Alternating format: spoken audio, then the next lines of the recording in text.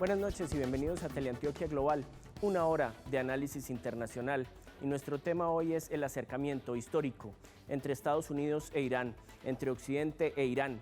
Ese acuerdo alrededor del tema nuclear que algunos analistas consideran es un pacto histórico que puede cambiar la geopolítica en el Medio Oriente y en general la geopolítica mundial. ¿Qué significa? Porque se habla de la importancia de lo que están acordando en este momento los gobiernos. ¿Por qué se oponen los históricos amigos de Estados Unidos a este acuerdo como Israel? ¿Y por qué otros aseguran que es un mal acuerdo el que se está logrando en este momento? ¿Cuáles son los pros y los contras? Eso es lo que vamos a ver hoy aquí en Teleantioquia Global.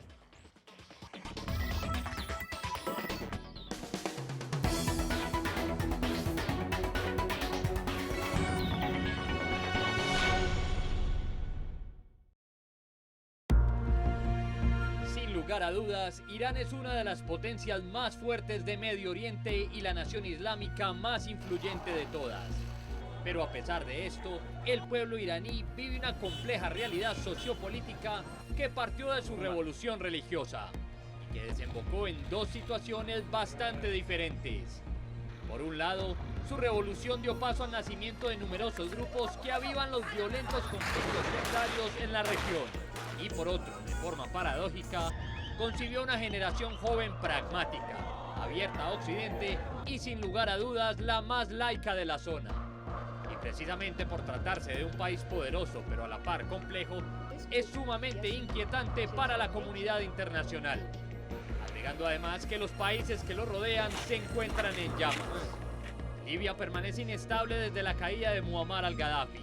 Sufre la presencia de varios grupos insurgentes enfrentados que generan grandes migraciones a Europa a través del Mediterráneo. Siria, por su lado, vive un conflicto interno entre el gobierno de Bashar al-Assad y la oposición. Además, el Estado Islámico avanza en su territorio y destruye todo a su paso. Y Yemen carece de gobierno alguno, desde que los rebeldes en el país obligaran a exiliarse a las familias en el poder. Ante este panorama surge la pregunta de cómo un pacto que permite a un país desarrollar tecnología nuclear ayuda a eliminar dicha inestabilidad. El peor panorama es un Irán que a la vuelta de varios años esté desatado y desobedeciendo restricciones y fabrique armamento con su tecnología causando caos en la región. Pero por otro lado, Estados Unidos y la Unión Europea confían en que a través de la verificación podrán sujetar mejor las políticas regionales y evitar que Irán sea incontrolable, pese a la opinión y preocupación de sus aliados regionales. Comparto la preocupación de Israel, los saudíes y nuestros amigos en la zona sobre la posibilidad de armarse de Irán, y por ello es que les he dicho, doblemos nuestros esfuerzos y trabajemos en equipo más para ser más efectivos y mejorar nuestra inteligencia, así evitaremos que Irán desarrolle o compre armamento.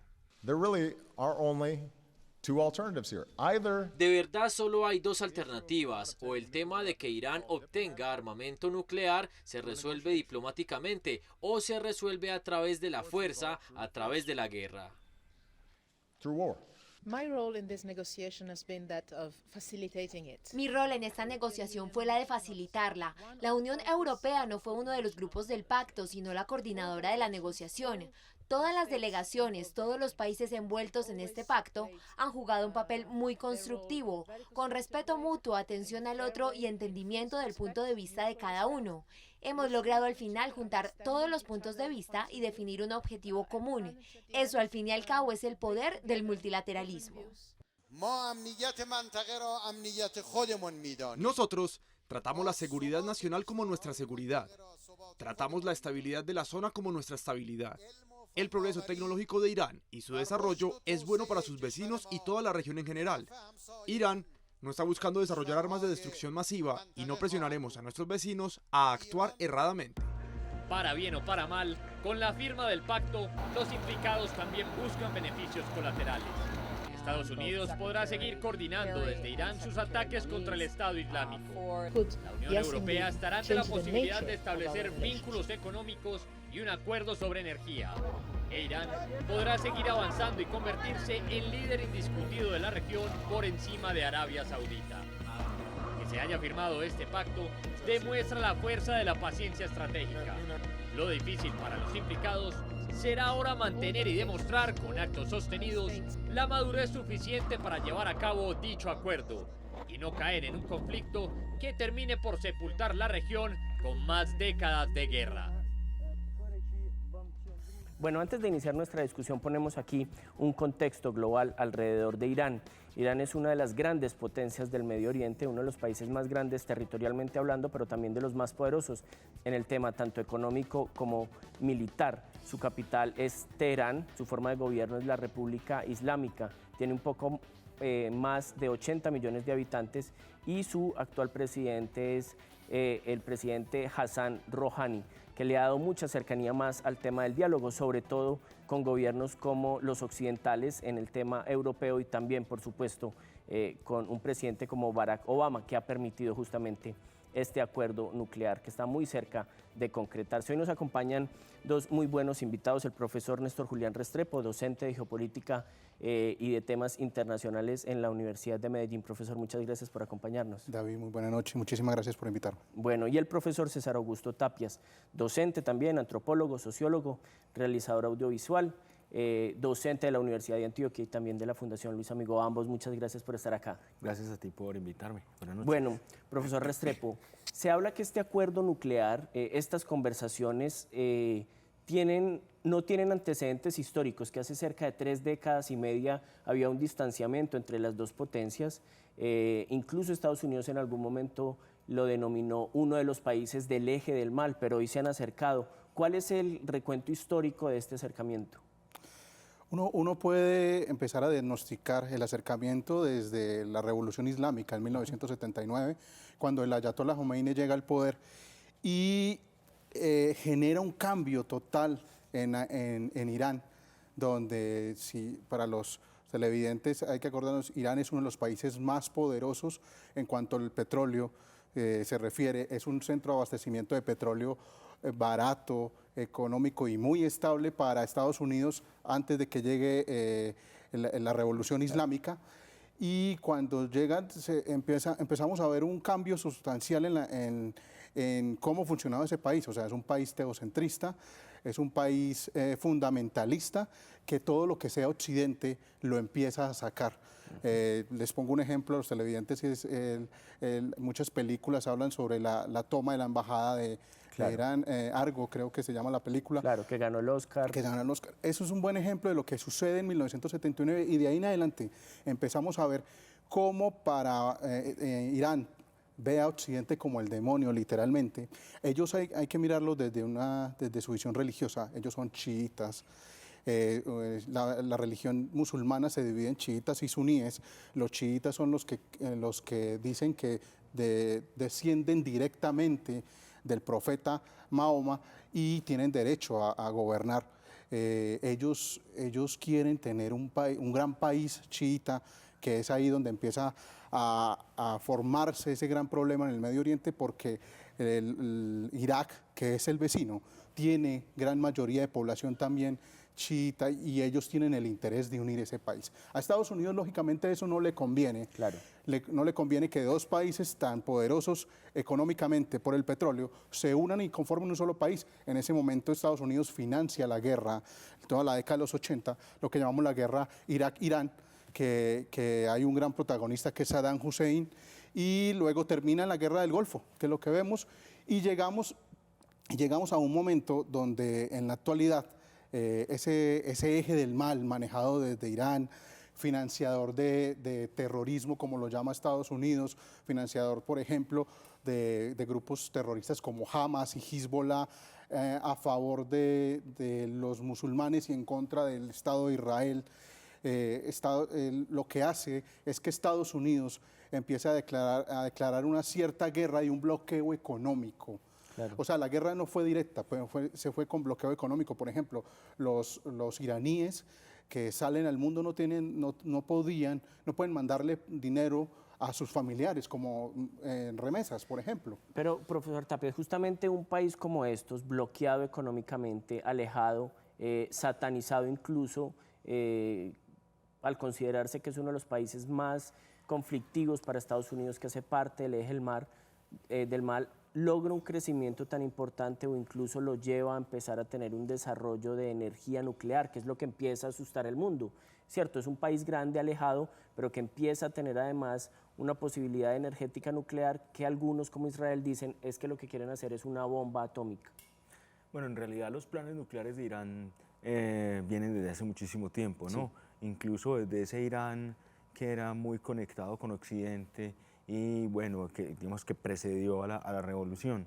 El tema ahorita se hace complejo es porque precisamente Israel tiene mucho temor, sin duda alguna. Es importante saber que Irán no reconoce a Israel como país y también está demostrado que a propósito de esas relaciones unidas-chiíes, pues Irán apoya, digamos, la resistencia armada en Palestina. Entonces es una circunstancia bien complicada. Yo diría que lo que hay que mirar es un poco cómo Estados Unidos está ahorita en medio de una posible confrontación entre sus amigos, porque mientras que no tenía relaciones con Irán, ha construido una relación muy fuerte con Arabia Saudita y con Egipto, y evidentemente este acuerdo no solo salva a la humanidad de una guerra nuclear, sino que le va a permitir a Irán hacerle la competencia a Arabia Saudita. En este momento, Arabia Saudita está produciendo 9 millones de barriles al día de petróleo y en 5 años Irán puede alcanzarlo, ¿no es cierto? Entonces, eso también va a traer problemas por la disminución del precio del petróleo, pero diría que ahorita la competencia es más como en otra lógica y sin embargo siempre estará abierto el tema de las armas, porque ya Netanyahu lo ha dicho, nosotros no vamos a reconocer ese acuerdo y en cualquier momento vamos a atacar si nos sentimos amenazados. Pero entonces esto lo que hace para ambos es ir volteando la política internacional de la zona, porque particularmente cuando Bush los nombra como el eje del mal, aleja a Irán, ¿cierto? Sí, pero Barack Obama llega con un discurso un poco más conciliador y dice, venga, hablemos, tratemos de a ver cuál es su programa nuclear, si realmente tienen armas atómicas o no, y el enemigo se empieza a acercar y los amigos estadounidenses empiezan un poco a ser resolosos, como bien lo dice el profesor. Es decir, Egipto, Turquía incluso, Arabia Saudita dicen por qué está hablando con él, y Israel por supuesto, pero Irán empieza a jugar ahí, se cambia entonces el ajedrez. Hay algo muy interesante y es que cuando se habla de Egipto hay que pensar que Egipto era el país árabe importante y el que ponía condiciones, pero ahora Egipto tiene su problema interno tan grande que en estos momentos no hay un país hegemónico en la región. Estados Unidos manejaba el Golfo Pérsico, pero también está perdiendo fuerza y lo que empieza a ver es que hay un país como Irán, un país cerrado, un país con una economía bloqueada, pero al mismo tiempo poderosísimo por su petróleo, poderoso por su ejército y que se iba concentrando y iba tomando decisiones en la región. Pero a propósito de eso, yo realmente pienso que lo que genera el cambio ahí son dos cosas. La coincidencia en líderes como Barack Obama y Rouhani, pues que son un poco más dialogantes, pero la aparición del Estado Islámico, que en realidad deberíamos llamarlo el Estado antiislámico, ¿no es cierto? En realidad esa amenaza es la que hace que Irán y Estados Unidos se vean del mismo lado. Hay un asunto aquí como de prioridad de urgencias, ¿cierto? Y pasa el Estado Islámico a ser una urgencia en la zona y Estados Unidos dice, lo que necesitamos es una mayor cantidad de aliados posibles, vamos a buscar. Precisamente porque Irán tiene mucho poderío económico para atacarlo y porque en este caso está en la mira. Yo creo que ahorita no hay intento por pensar tanto en un país entre Irán e Irak, sino realmente lo que el Estado Islámico puede hacer. Ahorita tiene el Estado Islámico. Pero ahorita, digamos, el Estado Islámico tiene territorios en Siria, en el norte de Irak, amenaza con entrar a Irán. Entonces, claro, hay que bloquearlo y sobre todo porque en realidad los propios musulmanes ven allí una mala imagen de su religión, ¿cierto? Ya sabemos pues que el Corán plantea que matar a un hombre es matar a la humanidad y estos manes están felices matando y mostrando cómo matan. Entonces hay una lógica ahí que ha cambiado y que yo creo que también tiene que ver con el momento económico, ¿no es cierto? Sí, sí. Va a preocupar todo el tiempo a Israel, pero yo creo que ya ese es un temita que va a tener que manejar Estados Unidos con ellos. Claro, porque es que el tema de las negociaciones se basan, como en cualquier negociación, en un asunto de confianza, que aquí parece unos confiar mucho y otros confiar muy poco. Algunos consideran que Obama es demasiado inocente, Netanyahu considera que es muy inocente, que aquí lo que se está es engañando a la comunidad internacional. ¿Qué tan cerca está Irán de lograr realmente una bomba atómica o si es un asunto más energético? Eso es lo que vamos a ver cuando regresemos después de este corte aquí en Teleantioquia Global. Ya regresamos. Mira a ver cómo...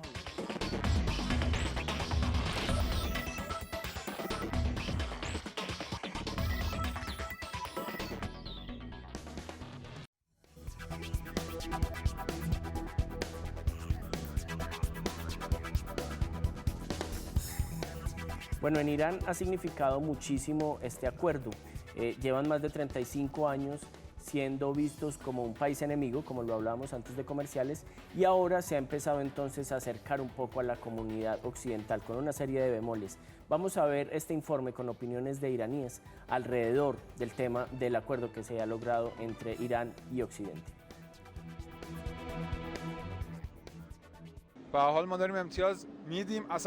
Nosotros planeábamos tener concesiones en el acuerdo nuclear, pero siempre y cuando se levantaran las sanciones. Si nosotros accedíamos a muchas condiciones, mientras Occidente no accedía a nada, no estábamos hablando de una negociación. Todas las sanciones debían ser levantadas.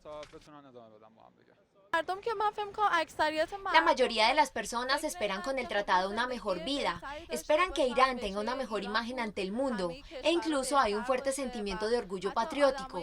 Con este pacto creo que Occidente e Irán se beneficiarán.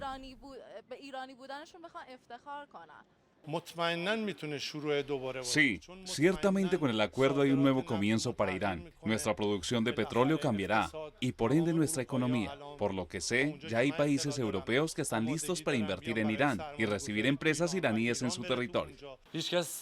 El futuro de nuestro país ahora es más claro, fácil, la paz ahora podrá mantenerse y la energía nuclear tendrá un papel importante con el acuerdo. La gente está cómoda, con seguridad mental y ya podemos tomar decisiones fuertes. Las sanciones antes del acuerdo eran fuertes y debían ser levantadas. La presión que habían traído cayó sobre todo en los ciudadanos de a pie. Irán estaba sufriendo por ellas. Este acuerdo es bueno porque también incluyó nuestros intereses. Nadie negocia sin un objetivo claro. Nosotros ahora sabemos que Occidente se beneficiará de Irán, pero claro está, el tratado será sobre todo bueno para nuestro país. Veremos a largo plazo si América o algún otro país, al fin de cuentas, es amigo o enemigo. Bueno, lo que vemos es una serie de opiniones de iraníes que están de acuerdo, la mayoría de ellos, con lo que se ha logrado. ¿Por qué? Porque al lograr este acuerdo nuclear, lo que se busca es quitar una serie de cortapisas que se le tenía al gobierno iraní en el tema económico y seguramente la calidad de vida en Irán va a mejorar, la producción de petróleo va a crecer enormemente y eso van a tener unas repercusiones importantes. Profesores, está el tema de cómo se construye la confianza para llegar a un acuerdo después de más de cerca de 2 años, 22 meses de negociaciones del gobierno de Barack Obama, principalmente otros 5 gobiernos europeos e Irán. ¿Cómo se construye esa confianza? ¿Por qué Estados Unidos acepta lo que le está ofreciendo Irán? Irán lo que acepta a Estados Unidos, pero otros países como Arabia Saudita, como Israel, dice, los están engañando. Sí, básicamente lo único claro que ve en la mesa era la desconfianza. 2 países que se odiaban y que tenían razones para hacerlo. Entonces hay una lección muy importante ahí, que un conflicto de 35 años se resuelve en 22 meses, ¿cierto? Pero el reto fue construir confianza. Hay un dato muy importante, es que 2 noches antes de firmar el acuerdo, por primera vez las 2 comisiones comen juntos, ¿cierto? La comisión iraní invitó a comer a los gringos y de hecho, pues como no hablaban nada de eso, ya estaba pedido el menú, que era comida persa. Y la comisión manifiesta estar muy feliz porque sobre todo conocieron de los platos, pudieron preguntar por eso, se les ocurrió otro tema distinto a lo que estaban negociando. Entonces es importante ver cómo básicamente lo que se dio en la mesa fue construir una confianza y fue difícil. En el New Yorker hay datos confidenciales como que se gritaban, a punto de darse patadas, daban manotazos sobre los acuerdos que no podían lograr, ¿cierto? A mí en el fondo lo que me ha llamado la atención es que en esa comisión también estuviese Alemania, porque Alemania siempre ha sido quien le ha vendido la tecnología a Irán para desarrollar lo que todo el mundo teme que haga. Entonces, creo que es un asunto bastante, yo desconfiaría más bien es de esas circunstancias, ¿no? Sí. Pues por todo el tiempo, digamos, Alemania no le ocultó a nadie que le estaba vendiendo tecnología para eso a Irán. Y justo ellos están ahí. Me parece que ese es el sujeto como que hay que desconfiar, como que él contó lo que estaba pasando, y creo que el asunto puede estallar por ahí, ¿no? Recordemos que también hay relaciones con Israel muy importantes. Por supuesto. Yo creo que hay algo muy importante, y es que se parte de la desconfianza, pero también de algo que es la necesidad de Estados Unidos de catalizar la zona y de Irán de solucionar un problema interno económico muy fuerte, que donde ya, no solo económico, sino cultural, la revolución ya no está funcionando como funcionaba antes. La economía cada vez está haciendo más agua en las ciudades iraníes. La inflación es cada vez más alta y la globalización cada vez los acosa más. Es en ese momento donde, por ejemplo, Rouhani lo primero que le toca es flexibilizar. Los gobiernos iraníes empiezan, los ayatolás eligen a alguien más flexible que gobierne de una manera más abierta, porque es la necesidad que tiene Irán. Pero y eso es lo que también aprovecha Estados Unidos, que tiene eso una de la necesidad. globalización como amenaza, yo diría que es antes una salvación. No, claro, es que lo que veo es, por ejemplo, que una revolución islámica que construye una doctrina se ve afectada por algo tan sencillo como para nosotros, como las redes sociales o la internet o la televisión por cable. Sí. Pero los jóvenes iraníes, por ejemplo, ya no están hablando de revolución, están hablando de hip hop, por ejemplo. Sí. Están demandando cosas diferentes, están demandando marcas como Nike, y son una sociedad que está bloqueada y que está empezando a demandarle a su gobierno cosas. El gobierno a sí mismo también, la infraestructura cada vez se hace más vieja. La economía y los bancos cada vez son más bloqueados. Por ejemplo, algo tan sencillo para cualquier latinoamericano, el código SWIFT o IBAN para mandar dinero o remesas a Europa. Los iraníes no lo tenían, ahora sí lo van a tener, los bancos van a poder cambiar divisas. Pero esa apertura, con algo que usted mencionaba ahora, me parece que es importante por la coincidencia de varios factores, primero geográficos, políticos, incluso el tema de la primavera árabe, etcétera, sí. Pero los personajes, ¿cierto? Que Irán haya dejado de lado a Ahmadinejad, un hombre tan radical, rígido, y que al mismo tiempo Estados Unidos haya dejado a Bush hijo, un hombre tan radical. Es decir, Rouhani y Obama coinciden y logran casar un acuerdo principalmente nuclear. Yo creo que es un asunto clave de la posmodernidad y la tecnología y la globalización. Ambos tienen perfil en Twitter, ¿no es cierto? Ya eso es un asunto clave. Hablábamos ahorita cómo Kerry en algún momento en esas levantadas de voz prácticamente amenaza a Zarif, y Zarif también tiene su Twitter y pone una etiqueta diciendo nunca amenace a un iraní, y eso se vuelve una tendencia. En el fondo, lo que estamos viendo es que hay un cambio de liderazgo, gente muy joven y que está conectada al mundo, y bueno, yo creo que para Estados Unidos eso significa también un mercado que le va a salir barato y va a mejorar sus finanzas. Pero hay algo que me gustaría decir a propósito de los acuerdos, y es que aquí lo que tenemos que valorar es el éxito de la diplomacia, ¿no? Y la diplomacia siempre la vemos como un asunto transnacional. Yo diría que en este caso hay que verla como un asunto transformacional, porque precisamente este acuerdo ha logrado evitar una confrontación militar de unas dimensiones inimaginables, es decir, sacar del juego nuclear a un país, propiciar unas condiciones diferentes y que valida incluso el diálogo, y creo que hay también un aprendizaje para lo que pasa en Colombia. Claro, porque Obama decía, era este camino o la guerra, ¿cierto? ¿Puede ser entonces que Obama esté dejando con este acuerdo su legado más importante de los 8 años de gobierno en el tema de las relaciones internacionales? Yo creo que sí, pero también hay que partir que la política exterior norteamericana, a pesar de ser muy guerrerista, o sea, Obama sigue, no se enfrenta directamente ni manda ejércitos, pero manda sus drones tirando bombas. Lo que sucede es que los demócratas sí son multilaterales a la hora de negociar, mientras que los republicanos con Bush son unilaterales, van y atacan directamente. Entonces, lo primero es un cambio de la política norteamericana a partir de los demócratas, y lo segundo, vuelvo, insisto, con lo económico. O sea, el mundo tiene una crisis económica desde el petróleo, de estabilidad del petróleo, y los Arabia Saudita y Israel, que eran los aliados de Estados Unidos, cada día le exigen más a Estados Unidos, le están pidiendo una cantidad de cosas que ya Estados Unidos no quiere dar, y hay unos ciertos reproches, por ejemplo, con los saudíes, con la monarquía saudí, corrupta, con una serie de problemas internos, se le está volviendo un problema a Estados Unidos. Sí. Y Estados Unidos lo que hace es darle la vuelta y negociar con el otro que llevaba 35 años discutiendo y peleando, y llegó el momento así muy parecido a lo cubano. Venga, miremos a ver otra vez por qué era que estábamos discutiendo. Pues precisamente por lo cubano yo creo que históricamente todavía eso depende de mucho. Es decir, los republicanos le pueden poner un palo a la rueda, no solamente a Irán, sino a Cuba. Es decir, la mayoría en el Congreso puede echar atrás todo y el próximo presidente, que seguro será republicano, puede ratificarlo. Aquí no hay nada arreglado, ¿cierto? No hay nada arreglado, porque sigue siendo una circunstancia que aún le falta como la gran firma del Congreso. Y ahí hay que convencer a mucha gente. Pero Obama tiene el veto. Pero de todas formas, también hay que considerar la presión internacional. Es decir, los republicanos van a escuchar muy fuertemente o muy lealmente a Netanyahu, ¿no?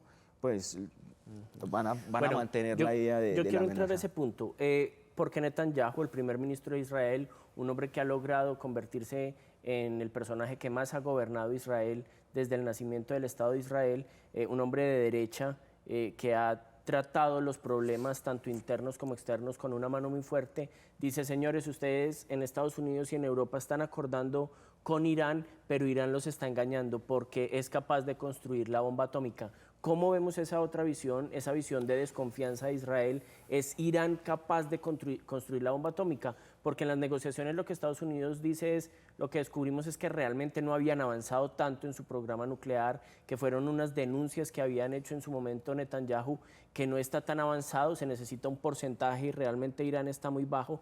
¿Cómo ver esa visión de Israel que por supuesto, como usted lo decía ahora, les preocupa porque ellos dicen si tienen la bomba atómica no la tiran porque no queremos que sea de Estado? Es un asunto paradójico porque es que Israel tiene armamento atómico, entonces uno dice, pero ¿cuál es el problema si usted tiene?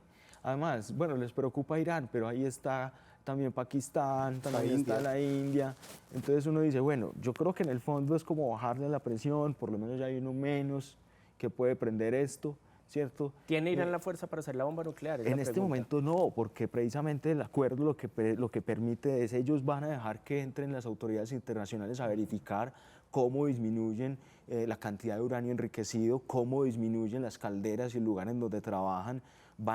Precisamente el acuerdo debe saberlo la gente. Los iraníes van a permitir la vigilancia internacional. Van a pagar las centrífugas. Van además a permitir que sean directamente los Estados Unidos que lleguen allí. Ya no van a temer si le van a robar tecnología. Yo en realidad no veo que haya un engaño, o por lo menos eso es lo que se percibe en lo que uno puede leer y entender a través de la información. Es realmente el palo en la rueda de Israel. Claro. Yo lo veo más por el lado de la tensión. O sea, Estados Unidos, Israel siempre ha tenido la complacencia para hacer lo que ha querido en la zona porque tiene a su padre, tiene a Estados Unidos. Si Estados Unidos ya empieza a mirar al otro y negocia con el otro, negocia petróleo barato, pues literalmente lo que va a hacer es que la zona se va a estabilizar y Estados Unidos va a tener lo que le importa al fin y al cabo, que es petróleo, tener el control de Hormuz, para que salgan sus barcos petroleros, y Israel se va a quedar solo con su problema, y ese es el gran temor, yo creo. Bueno, vamos a un pequeño corte porque es que aquí hay un tema interesante para tratar cuando regresemos, y es cómo se va a reacomodar el tema con el asunto que ahora lo mencionábamos tangencialmente, que es el Estado Islámico. Vamos a un pequeño corte y cuando regresemos seguimos acá en Teleantioquia Global.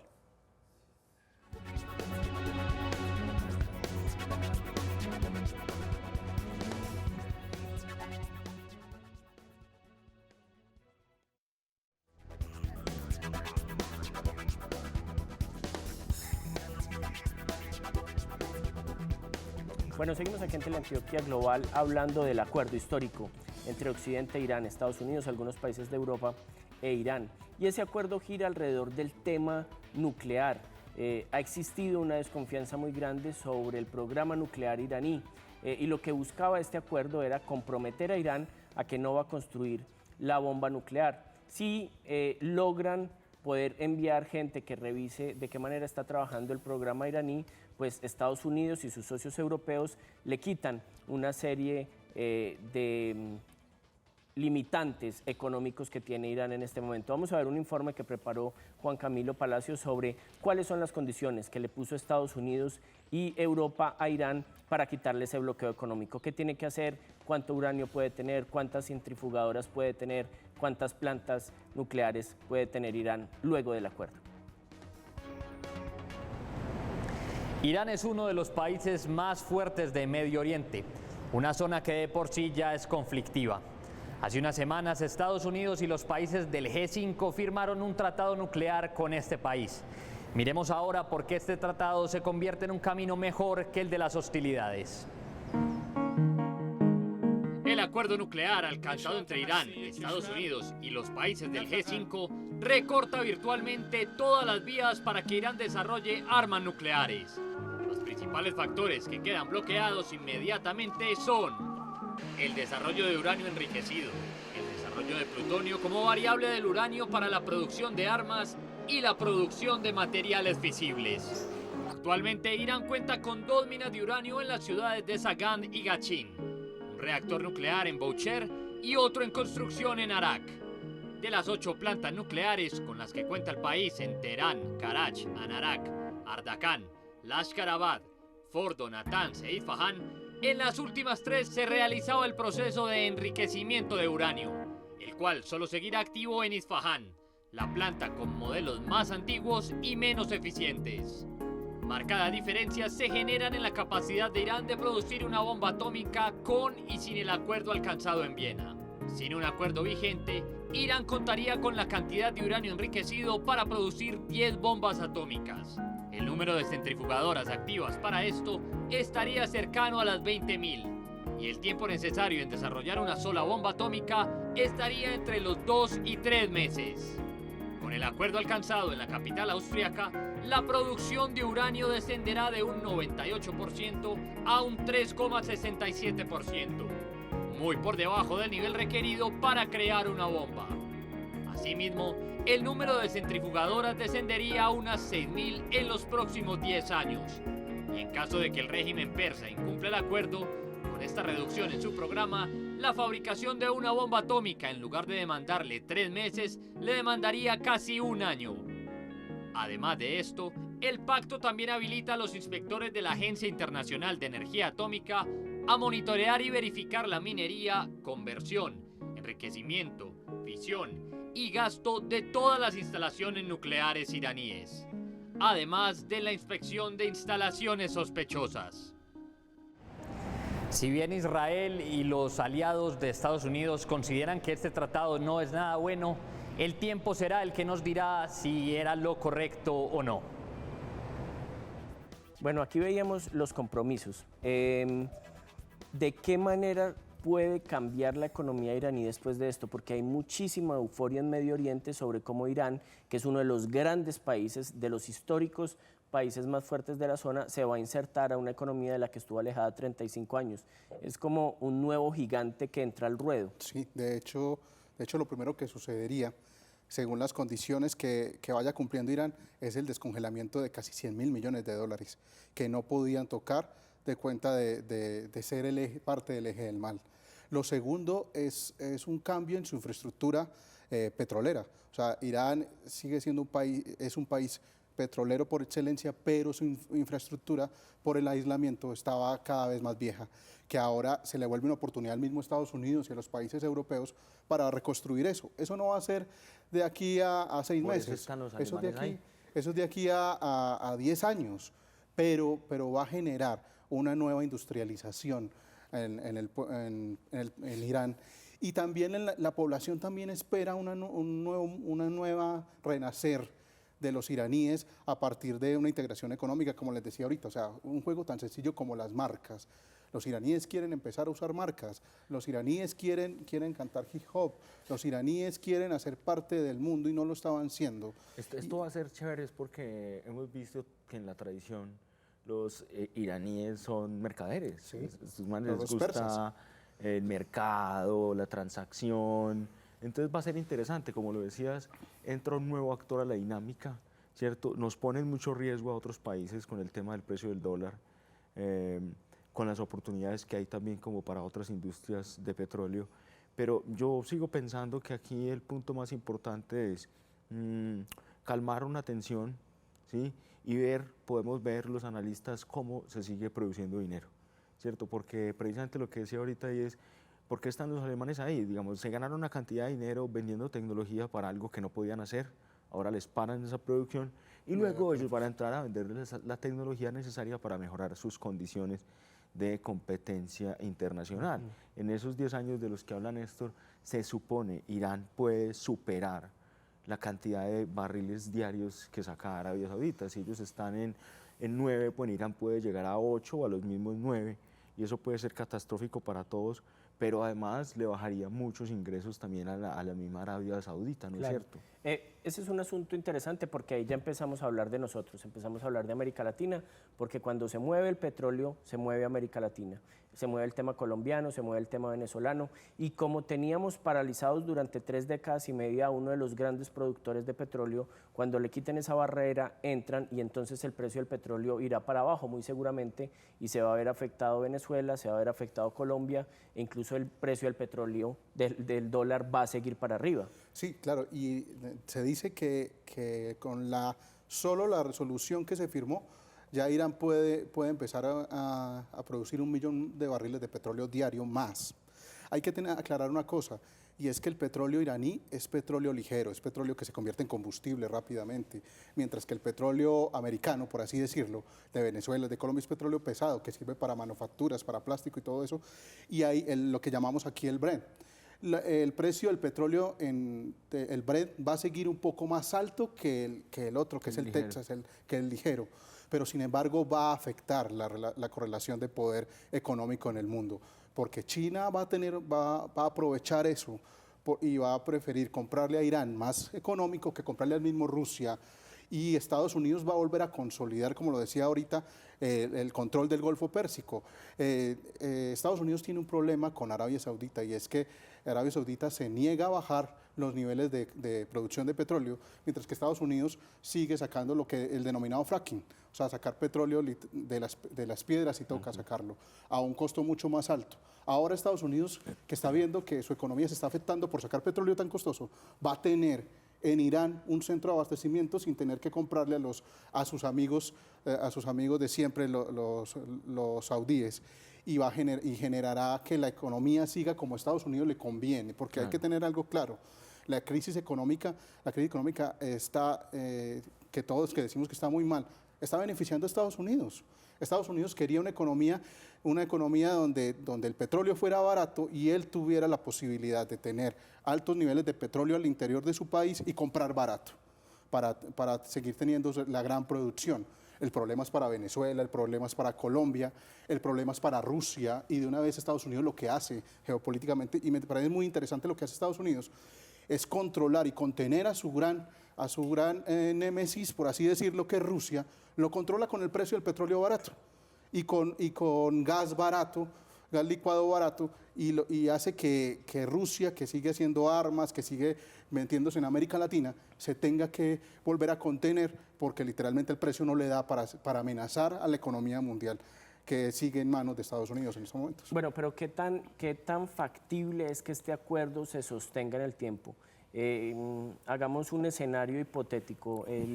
Los republicanos y los pocos demócratas que están en contra del acuerdo no se oponen. Por el lado iraní, que ya hemos escuchado voces en contra, incluso el mismo ayatolá, no se oponen, y se firma este acuerdo. ¿Cuánto puede durar un acuerdo de este tipo logrado en relativamente poco tiempo en las décadas siguientes? O puede que dentro de 4 años, o dentro de 2, incluso si el presidente es republicano, se caiga y vuelva de nuevo Irán a pasar a ser un enemigo. ¿O qué tan sostenible es en el tiempo? Considerando el análisis del profesor Néstor, que me parece muy interesante, creo que tiene muchas posibilidades de sostenerse. Es decir, por muy radicales que sean los republicanos, pues ver un buen negocio ahí puede ser significativo. Yo realmente pienso que esto va a durar mientras genere ganancias, sin duda alguna. Y estos actores que están firmando el acuerdo, cada uno está ganando algo, cada uno lo está ganando, porque me parece importante ver que la revolución islámica se está renovando. Tiene alguien que habla, que no tiene problemas en charlar con el uno, con el otro, que tiene Twitter, que se conecta con la gente joven, que puede poner una tendencia. En ese sentido, me parece que incluso el líder supremo está tranquilo, porque digamos que había que hacerle oposición a Estados Unidos hace 35 años para poder sostenerse, y ahora para poder sostenerse hay que ser amigo de Estados Unidos. Y no solamente por el tema de que entre más dinero, sino, importante mencionarlo, la amenaza de ISIS es clave. Sin duda alguna, eso puede significar lo que Irán ha querido evitar todo el tiempo, y es que se le metan, así sea con drones. Irán no quiere que alguien se le meta, y como sabemos que ellos tienen un gran potencial militar, pues le pueden dejar unas tareas en su territorio. Eso, sin duda alguna, ha establecido una estrategia diferente en términos de la geopolítica con respecto a un enemigo. Digamos, el enemigo ya no es Irán, es alguien que incluso amenaza a Irán, y Estados Unidos descubre, pues podemos ser parceros acá y ver cómo lo arreglamos juntos, y fuera de eso hacemos unos negocios, y bien, y ya, han cambiado el tiempo, no es lo mismo de antes, hay más tecnología. El Estado Islámico entonces se transforma en una prioridad que hace que antiguos enemigos necesiten ser amigos para enfrentarlo. Es decir, se ha convertido el Estado Islámico en un terror tan grande que haga que 3 décadas y media de distancia empiecen a cortarse. Yo lo veo por el lado de, yo prefiero tener a mi enemigo al lado y que este otro enemigo que está naciendo, que está creciendo, no me crezca tanto, porque le está generando problemas muy serios. O sea, Siria está totalmente convulsionado, Irak totalmente desbaratado, y Estados Unidos no tiene literalmente cómo controlar. Y vuelvo a lo que decía ahorita, o sea, tenía su gran amigo que era Egipto y ya no está. Y Israel sigue peleando con su problema interno. Necesita a alguien fuerte, y ese alguien era su enemigo, que ahora ya no es su enemigo, que es Irán. Y si yo lo tengo aliado, pues este sabe culturalmente, militarmente, cómo debo atacar a ese otro que también uno empieza, esa desconfianza se vuelve entre todos, ya no solo entre Estados Unidos y Irán firmando y nos aceptamos, pero también nos odiamos, sino también los saudíes, que parece que también en el trasfondo les interesa mucho que ISIS también esté por ahí, o a los mismos israelíes que uno les late también que con ISIS por ahí también harán que la comunidad internacional se vuelque a mirar su problema. Claro. Entonces es ahí donde precisamente los saudíes y Irán son los que pierden, por así decirlo, en el escenario, y ven como algo catastrófico, mientras que Estados Unidos ve algo como, bueno, o sea, lo que hice fue controlar esto y que este problema no se me crezca. Yo creo que la presencia de ISIS tiene que marcar esa otra línea. Puede que queden aislados Arabia Saudita, sin duda alguna, e Israel, pero incluso esto podría significar no solo que Estados Unidos e Irán conversen, sino Irán e Irak. Que eso sería, porque es lo que habías dicho antes ahorita de los suníes y los chiíes, ¿no? Es más posible eso, es mucho más posible, y Estados Unidos podría estar en la posibilidad de unir a muchos musulmanes, porque realmente ISIS genera todo lo contrario. Es decir, no hay un musulmán que se sienta representado por ellos, o por lo menos de líneas tradicionales y más tolerantes. Es que ese punto me parece que es fundamental, porque los titulares del acuerdo lo que nos han mostrado es: esto va a quedar en los libros de historia como uno de los acuerdos fundamentales en la historia de la geopolítica de inicios del siglo XXI. Pero lo que estamos conversando aquí nos permite ir un poco más allá y decir, es que no va a cambiar solo la geopolítica de la zona, no va a cambiar solo la geopolítica del vecindario, sino la del mundo, porque los enemigos tradicionales de Estados Unidos tendrán que mirar también una nueva forma discursiva del asunto geopolítico, ¿cierto? Entonces, vamos a un pequeño corte, y cuando regresemos vemos eso cómo afecta incluso el tema latinoamericano, discursos antiestadounidenses que se quedan a veces un poco sin sustento cuando se están dando este tipo de conversaciones. Ya regresamos.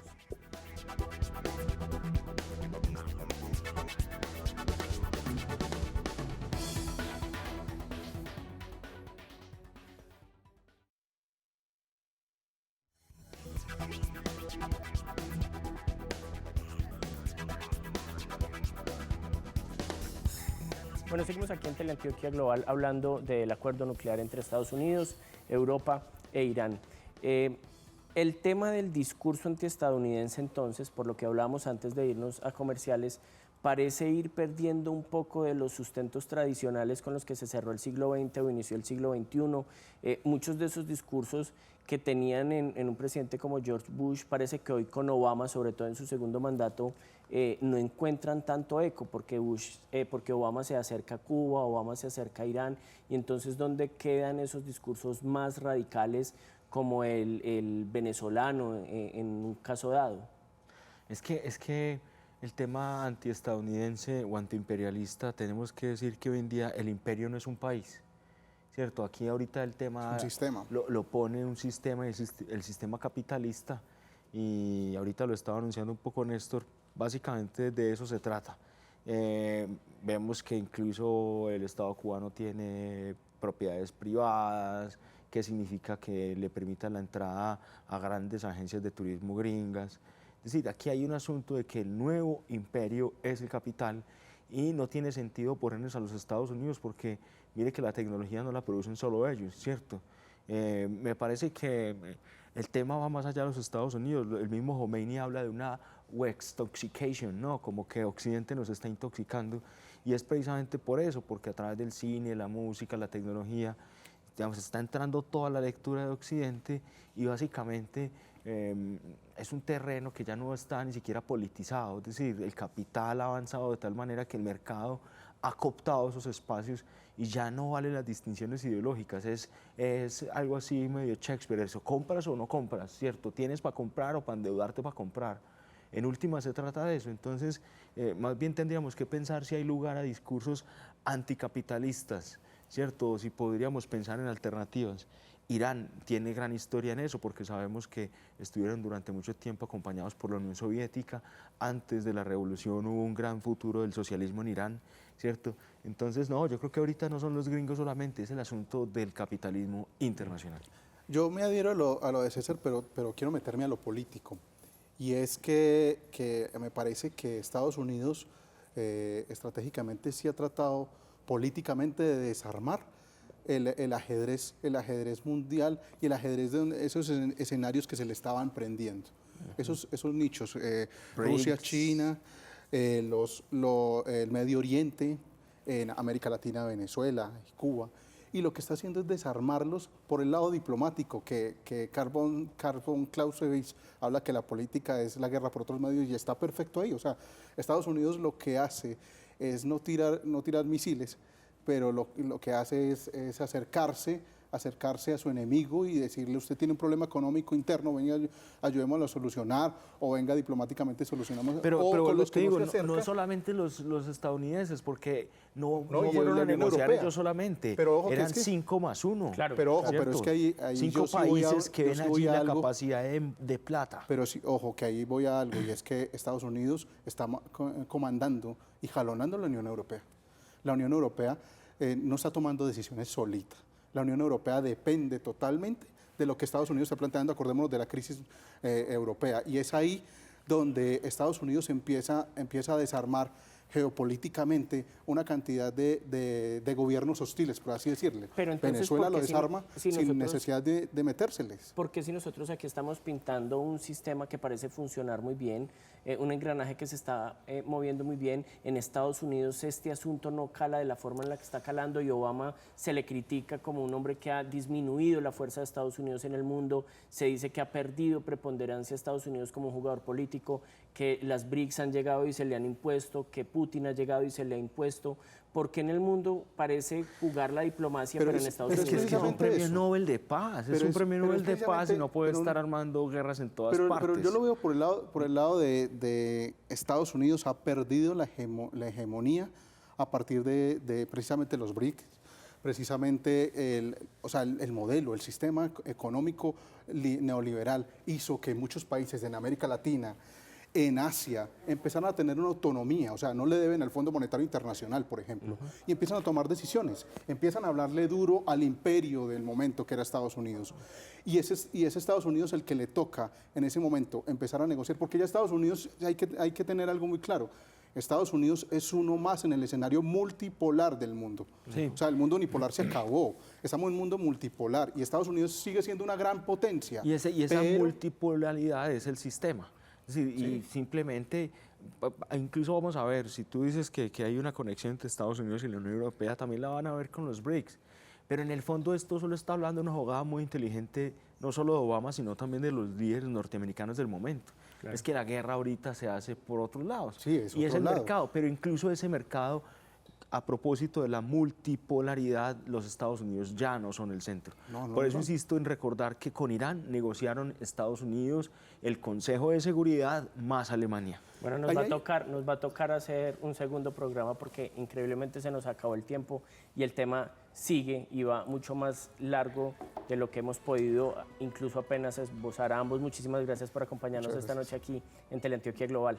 A ti por la invitación y un saludo a los televidentes. Muchísimas gracias, David. Espero tenerlos por aquí próximamente para seguir con la discusión que estuvo muy buena. Bueno, gracias. Bueno, nosotros antes de terminar ponemos una mirada global, 3 temas que son y serán noticia la próxima semana. El primero de ellos tiene que ver justo con lo que estábamos hablando y es los ataques que continúan del Estado Islámico en Turquía. Fue el último este fin de semana, fueron más de 30 muertos y hay un asunto ahí de enorme preocupación del gobierno turco porque por el sur parece estar entrando la avanzada yihadista. El segundo tema tiene que ver con México. Sigue la angustia, no solo por el tema del escape del Chapo Guzmán, sino por un incremento de la violencia que puede ser también consecuencia de un reacomodo de las bandas narcotraficantes en el país norteamericano. Y el tercer tema es, por supuesto, el restablecimiento de las relaciones entre Estados Unidos y Cuba, ya con un enorme avance que es la activación de las embajadas en las capitales de estos 2 países. Nosotros nos vemos dentro de 8 días, los jueves a las 10 de la noche aquí en Teleantioquia Global. Más análisis, mayor profundidad y nuevos invitados. Muchísimas gracias.